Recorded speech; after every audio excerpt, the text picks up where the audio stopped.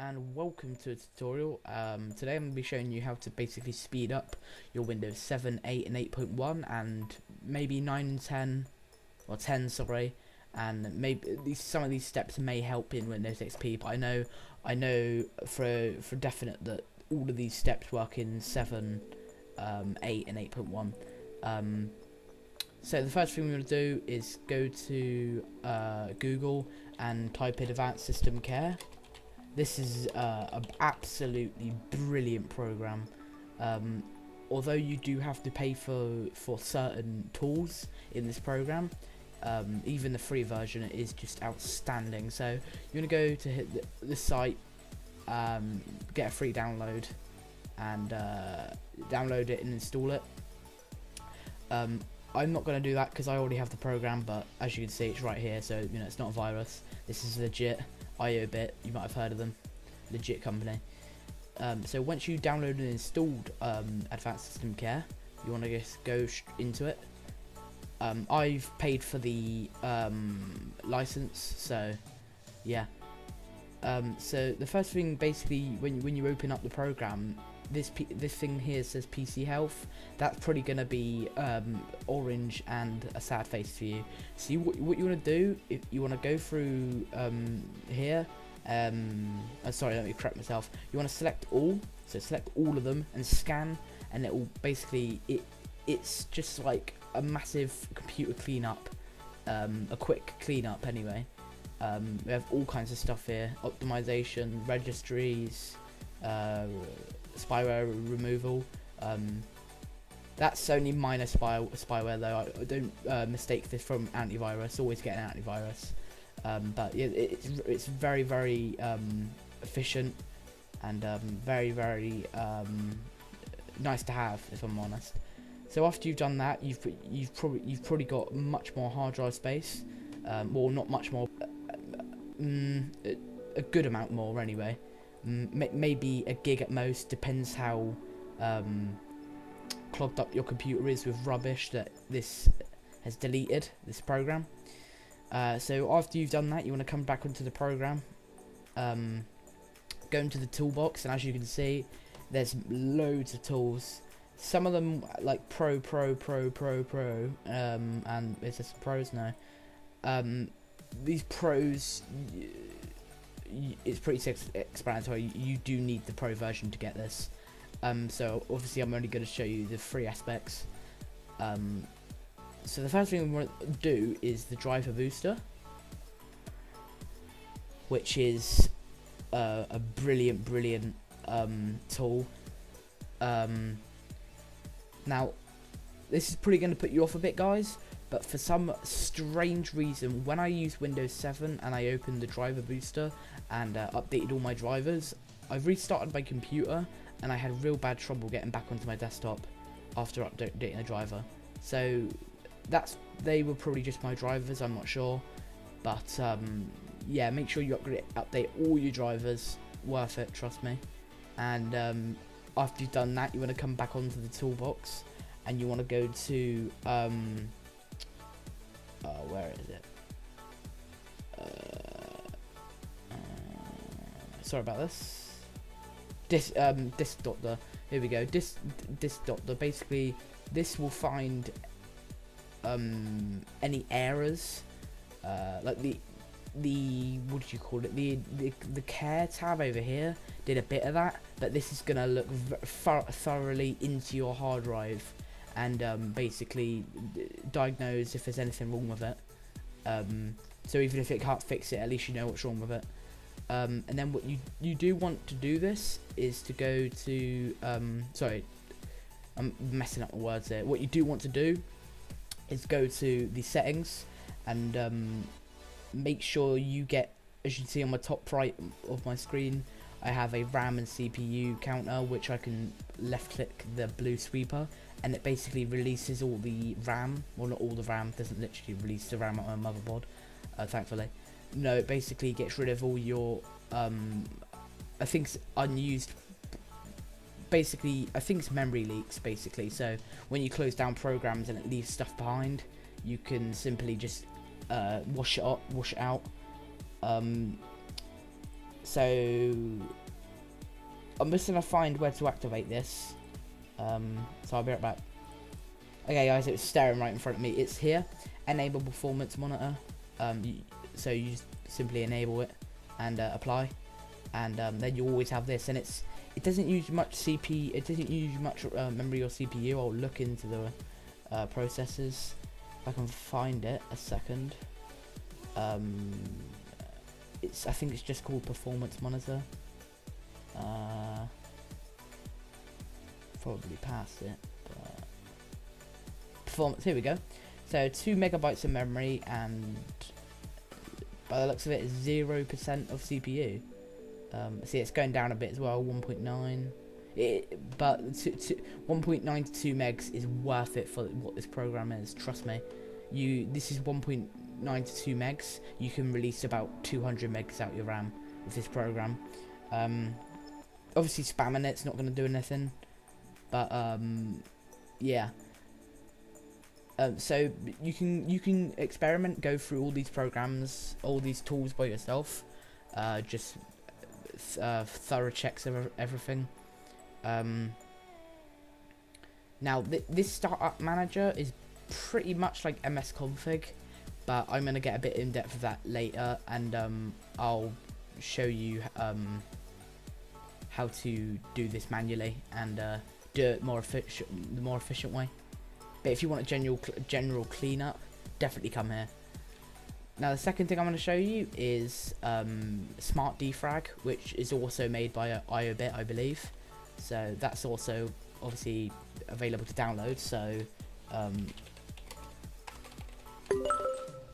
Smart Defrag, here we go. Smart Defrag by IOBit. Go ahead and download it. Again, I've already got it, so I'm not going to. And now I'm just simply open it up and install it in that, and then open it up. Another verification.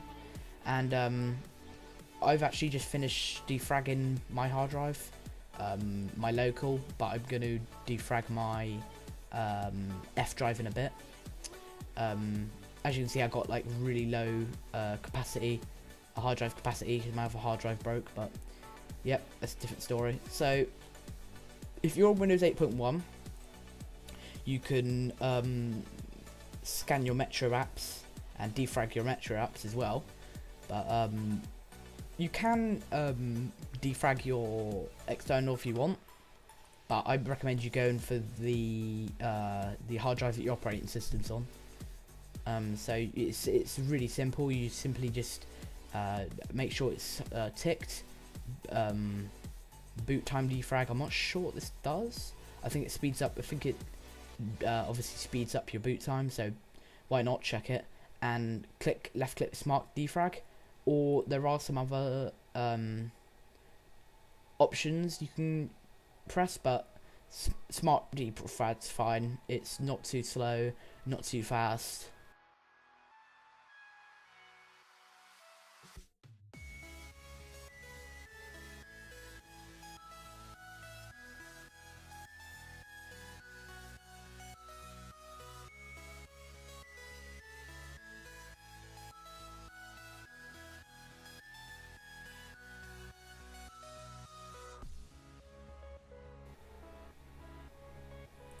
Right, so as I said, I've already defragged my local to C, so I didn't defrag it all the way, I stopped it. But this is what it's just defragged. So, yeah, it's pretty good. It has a key, like a map color key down here, so if you highlight over it, this is what these are obviously what the colors mean. So yeah, it's pretty cool. Go back, and yeah, that's Smart Defrag. You can also change the skin. I just have it classic. That's Smart Defrag. And now there's one other thing you can do with Advanced System Care, which I just remembered, so sorry about that. So obviously open it back up and go to the Turbo Boost tab, and right now I'm going to restore it. Now what this is, it isn't like Game Booster where it turns your windows to look really ugly and just, you know, not very nice to look at. You can configure it. Obviously this is up to you. Work mode, game mode, economy mode. I game a lot because my system is fairly low. Well, not fairly, it is a low end system for gaming. Thankfully this program exists. So game mode for me, system services. what you tick is what is disabled, so be careful what you see. As you can see, I've not disabled keyboard hotkeys because I might want to alt tab out my game, so keep that in mind. None Windows services, obviously this is up to you. This here is my antivirus, so I'm obviously not going to do that. This is my custom theme patch thing, so I'm not going to do that either. And Steam, well, I'm not going to close that either. Let's see here, classic start menu. All of this I'm not going to what you call it. I'm not going to disable. So when you've done all that, you can turn it on startup, which I do. You can just boost it, and it's like a permanent RAM disposal kind of thing. A bit like what this does up here, a bit similar to that. Right, so yep, that's another tip. So the next thing we're gonna do is click the start button, right click on this computer, probably for you guys. Right click on the computer, properties, advanced system settings, system, and basically disable, unselect everything that you're not too bothered about getting rid of. But things like peak, I wouldn't disable that because it doesn't make your desktop look a bit ugly. I've kept on some smooth edges. I've kept on the animations, but I've got rid of some animations down here as well. I think got rid of some shadows, just general stuff, and then click apply and OK. Come up. I think you just have to type in msconfig. Here we go. So msconfig, as you can see, left click, open up, and the first thing we're going to do is disable any.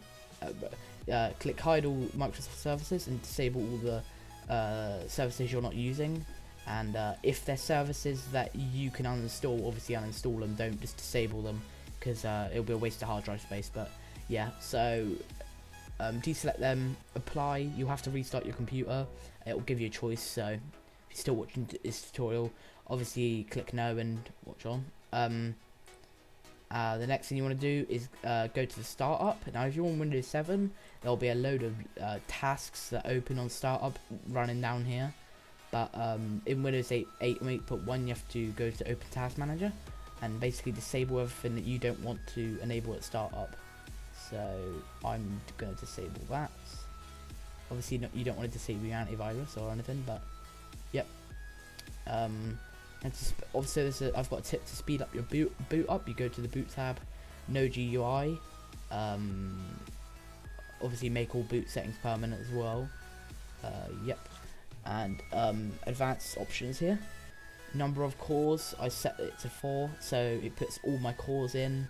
I think if you don't select it to 4, I think there's only 2 of the. If you have a core, only 2 of the cores will be used to boot up. So yeah, that's handy. I recommend you don't mess around with the maximum memory, because if you do that, when you log into your Windows, there'll be about 20 megabytes of RAM. Sorry, 200 megabytes of your RAM won't be able to be used. So don't recommend you mess about that. So apply, okay. And I think that's just about it, guys. I hope you enjoyed this tutorial. I'm certainly going to be bringing out more, if obviously if you guys like them. But yeah, thanks guys, and I'll see you in the next one.